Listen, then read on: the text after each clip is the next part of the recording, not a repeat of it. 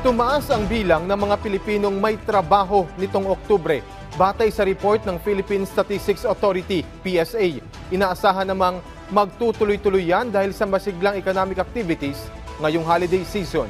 Si Crisel Insigne ng IBC sa Balitang Pambansa. Crisel. Alan, mula sa 95.8% noong October 2023, mas tumaas pa ang bilang ng mga Pilipinong may trabaho sa bansa ngayong October 2024 na naitala sa 96.1% o 48.16 milyong mga Pilipino.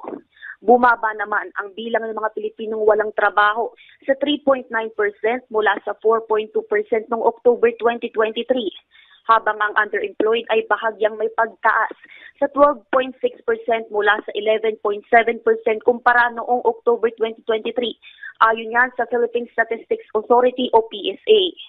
Paliwanag ni National Statistician Yusek Claire Dennis Mapa, ang naging pag-usad ng bilang ng underemployment rate ay epekto ng sunod-sunod na bagyong nanalasa sa ilang lugar sa bansa, partikular na ang bagyong Julian, Christine at Leon na nakaapekto sa fishing activities na nagresulta ng pagiging matumal na pagpapalaot ng mga mangingisda.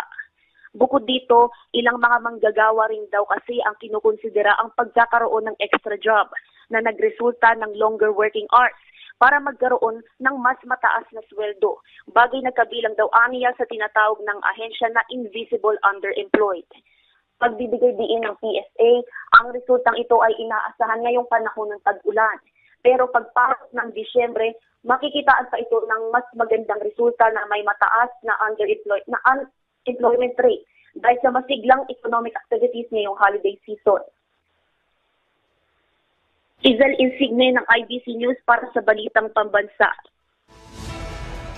Maraming salamat, Crisel Insigne.